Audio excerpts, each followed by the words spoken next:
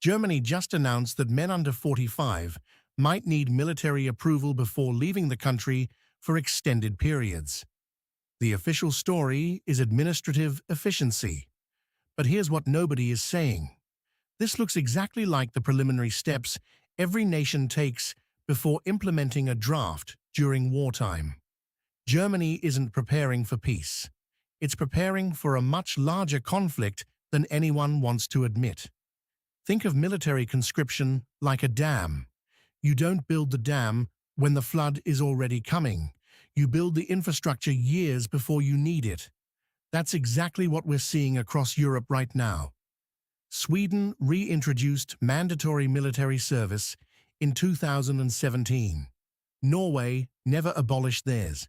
Finland maintains universal conscription. And now, Germany is quietly putting the legal framework in place to control the movement of military-age men. The timing here is critical. We're not talking about 2019 or 2020, when Europe was focused on economic recovery. This announcement comes as NATO openly discusses the possibility of direct confrontation with Russia, as European defense budgets hit levels not seen since the Cold War, and as military analysts across the continent warn that Europe has maybe 2 to 3 years to rebuild its defense industrial capacity before it might desperately need it. Here's the pattern that mainstream media is missing.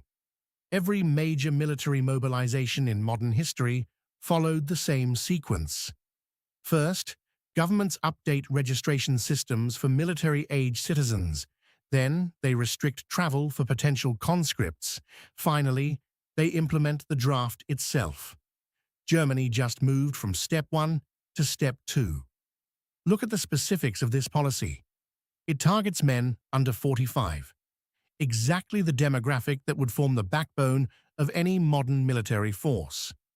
It applies to extended stays abroad, which means Germany wants to know where its potential soldiers are at all times, and it requires military approval, which gives defense officials direct veto power over who can leave and when.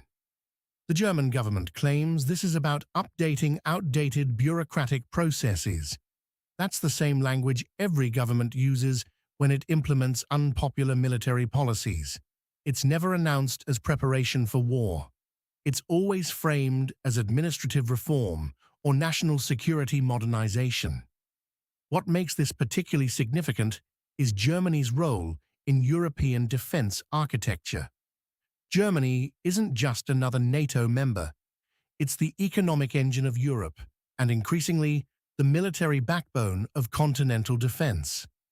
If Germany is preparing for mass mobilization, it means European leadership believes a major conflict is not just possible, but probable. The economic indicators support this interpretation. German defense spending has increased 70% since 2014. Major German companies are retooling production lines for military hardware. The German parliament just approved the largest military spending package in the country's post-war history. You don't make those investments unless you expect to use that capacity. Consider the historical precedent. In 1938, as tensions rose across Europe, Germany implemented similar travel restrictions for military-age men. The stated reason was national security and administrative efficiency. 18 months later, World War II began. I'm not suggesting Germany is planning aggression. Quite the opposite. These restrictions suggest Germany is preparing for defense against what it sees as inevitable aggression from others. The counter-argument here is obvious and needs to be addressed head-on. Critics will say this analysis represents dangerous fear-mongering, that these are routine administrative updates with no military significance, and that European leaders are committed to diplomatic solutions to current conflicts. This objection falls apart under scrutiny.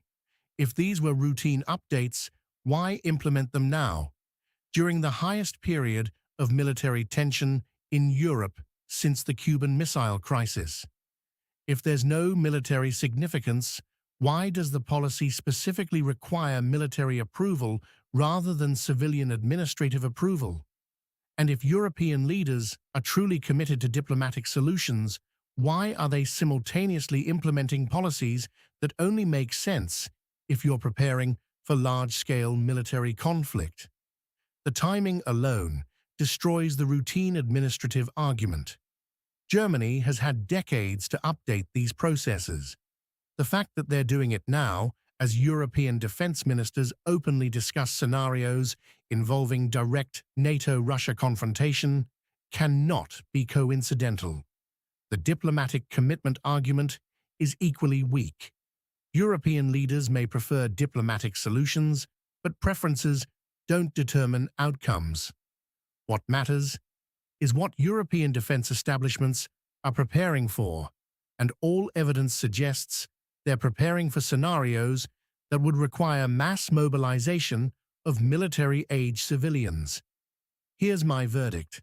Germany's new travel restrictions for young men represent preparation for military conscription and mass mobilization. This isn't speculation. It's the logical conclusion from the evidence. European leadership believes a major military conflict is likely enough that they need to begin implementing the legal and administrative infrastructure required for wartime mobilization. This doesn't mean war is inevitable, but it does mean that the people with access to the best intelligence assessments believe it's probable enough to justify measures that would have been unthinkable 5 years ago. Germany is not preparing for peace. It's preparing for the possibility that Europe might need to fight for its survival within the next few years. The question isn't whether Germany should implement these restrictions. That decision has already been made. The question is whether other NATO members will follow Germany's lead or wait until it's too late to build the infrastructure they'll need.